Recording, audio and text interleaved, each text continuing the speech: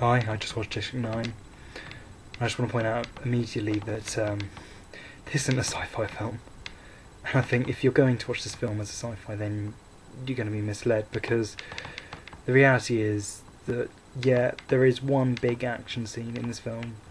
Yeah, there's lots of guns blazing. Yeah, it's pretty awesome, but it isn't an Independence Day film. It isn't monsters. It isn't Battle Los Angeles. This isn't mindless action.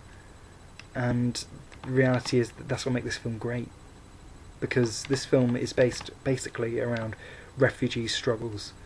And I think that before you can really appreciate this film, you have to appreciate kind of the background to the story and how close to reality it really is, whilst being so unrealistic. And by that I mean that the aliens basically replace, from the real world, Zimbabweans in South Africa.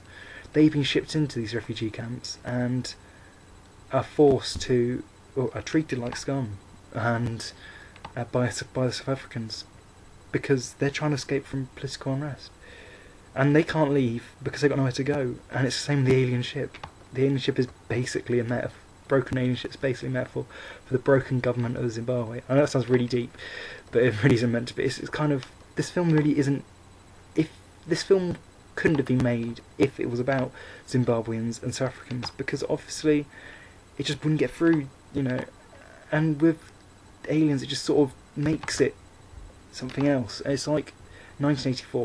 1984 was wrote so far ahead in the future that it couldn't, that the morals and understandings within the book couldn't be miscategorized as some form of treason for at the time when it was written.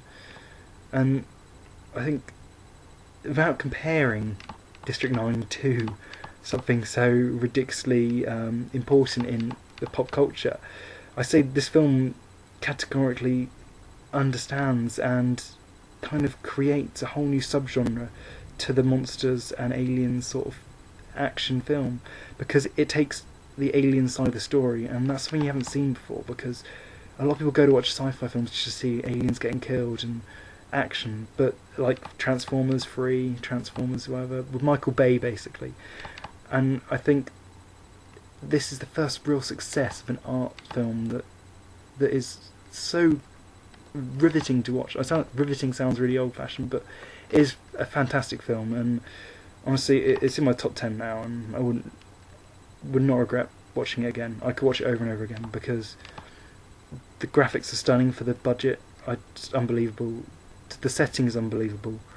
The morals within the movie are just unbelievable, and the way that it's written and the way that how it flows, and the main actor is just outstanding performance. The man of green screen, he must have been around, and he still puts on emotions that just Oscar winning. I have no idea how this wasn't nominated for more Oscars. If it was, I don't even it was even nominated for any, but it was outstanding, and I'd recommend it to all.